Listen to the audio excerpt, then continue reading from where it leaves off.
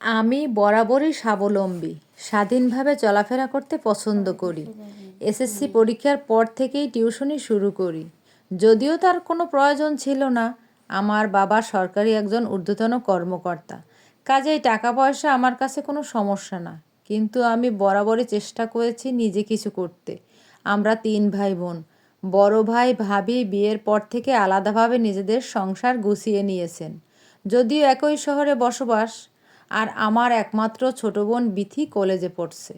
জানি না কিভাবে গ্রাজুয়েশন কমপ্লিট করার সঙ্গে সঙ্গেই মোটামুটি মানের একটা চাকরি পেয়ে গেলাম। এ বাজারে চাকরি পাওয়া ভীষণ কঠিন। যেখানে মাস্টার্স কিংবা এমবিএ করা অনেক ছেলেমেয়ে চাকরি পাচ্ছে না, সেখানে আমার চাকরি পেয়ে যাওয়াটা অনেকই কল্পনার মতো। বেতন খুব একটা বেশি না, মাত্র 25,000 টাকা।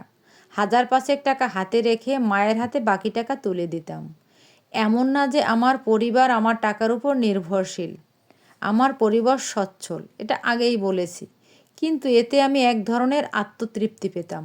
মাস্টার্স পড়তে পড়তেই আমার বিয়ে হয়ে গেল, বুয়েট থেকে পাশ করা এক ইঞ্জিনিয়ার ছেলের সঙ্গে। সভ্য, সুন্দর, ছোট ফ্যামিলি। ও বাড়ির মোটামুটি সবাই আমাকে আপন করে নিল। বিয়ের মাসখানেক পরে স্যালারি টাকা হাতে পেয়ে মাকে ফোন করলাম, মা, আমাকে একটু সাহায্য করো না। কি? দেখো, আমি এই বাড়িতে বউ হয়ে এসেছি। সবাই আমাকে অনেক ধরনের উপহার দিয়েছে।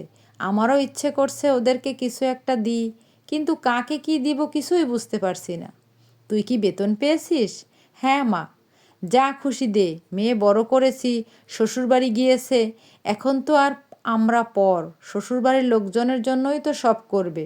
আমি অবাক হয়ে লক্ষ্য করলাম, মা ফোন কেটে দিল। পরমুহূর্তে অনুধাবন করলাম, নিয়মিত উপহারকে মানুষ নিজের প্রাপ্য হিসেবে বিবেচনা করে।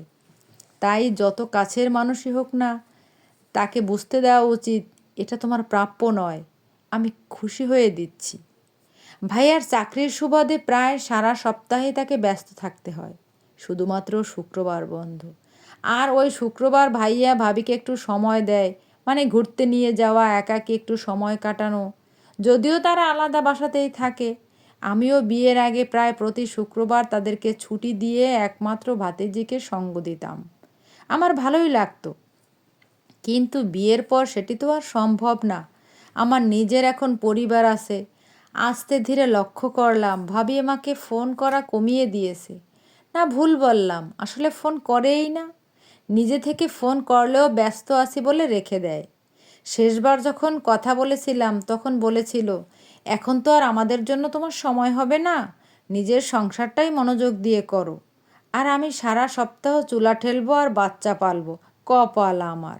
বলার সময় খুব বলবে আমার ভাতিজি, আমাদের রক্ত, আরও নানান আজে বাজে বলে নিজে থেকেই লাইনটা কেটে দিল।